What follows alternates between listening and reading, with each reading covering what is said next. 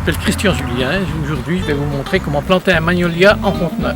Pour planter cet arbre, il vous faut du terreau, de la tourbe, une bêche, une pioche, une pelle et un râteau.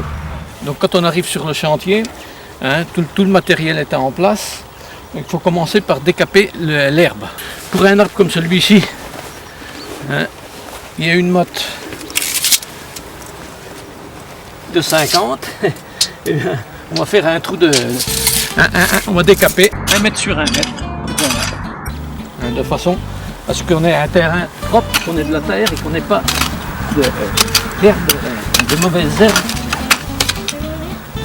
Alors la bâche, c'est pour mettre les déchets et mettre la terre qu'on va sortir du trou. L'avantage de la bâche, c'est tout simplement que la terre est beaucoup plus facile à prendre. Et si vous plantez sur un gazon bien propre, bien neuf, lorsqu'on a enlevé la bâche, vous verrez, il n'y a rien. On voit pas c'est pour la propreté du chantier. Donc on met l'herbe à part, puisqu'elle sera complètement inutilisable. Et on va faire le trou maintenant en récupérant, en triant la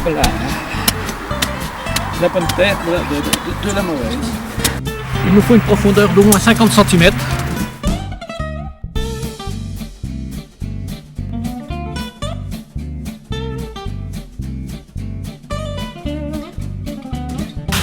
Voilà, je suis en train de faire le trou de façon à ce qu'il soit aussi large en bas qu'en haut. Parce que si on fait un trou en pointe, ça ne sert à rien. Donc là j'ai mis un petit peu de terre végétale. Donc on va prendre un sac de terreau, de terreau. On va vider dessus. On va faire notre mélange terreux sur la bâche tout près.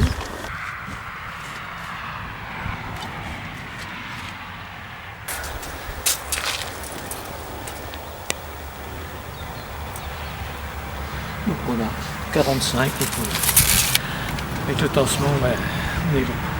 On donne quelques coups de bêche sur le plat de bêche, doucement, de façon à décoller les racines, le conteneur sur la motte. Le problème, c'est que si les racines tournent, votre arbre ne va pas tenir au vent. Parce que les racines continuent à pousser en tournant, et vont pas en s'étalant. Nous, on les retire un tout petit peu, là. Les racines sont toutes bien.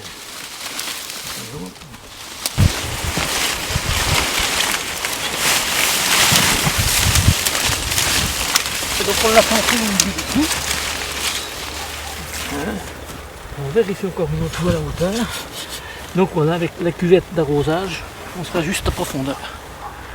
C'est le collet, c'est-à-dire la limite entre la partie foncée, là où il était déjà en terre, donc 1 cm au-dessus.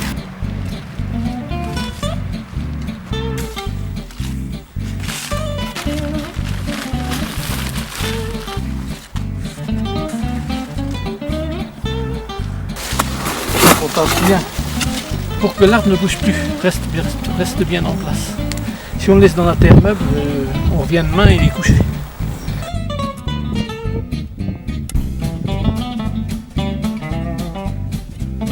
On met légèrement en bas, côté tronc, le trou de façon à pouvoir arroser sans que l'eau parte tout le tour. Je délimite l'emprise du plan, le trou qui a été fait, de façon à ce que l'herbe ne vienne pas. Celui-ci, on va lui mettre 30 litres d'eau. Vu que toute la terre qu'on vient tout le mélange terreux qu'on vient de mettre, c'est sec, c'est pas humide. Donc maintenant, il faut qu'on humidifie le sol. En conclusion, vous avez vu le travail à effectuer pour réussir une belle plantation de magnolia, de façon à ce qu'il pousse bien et vite.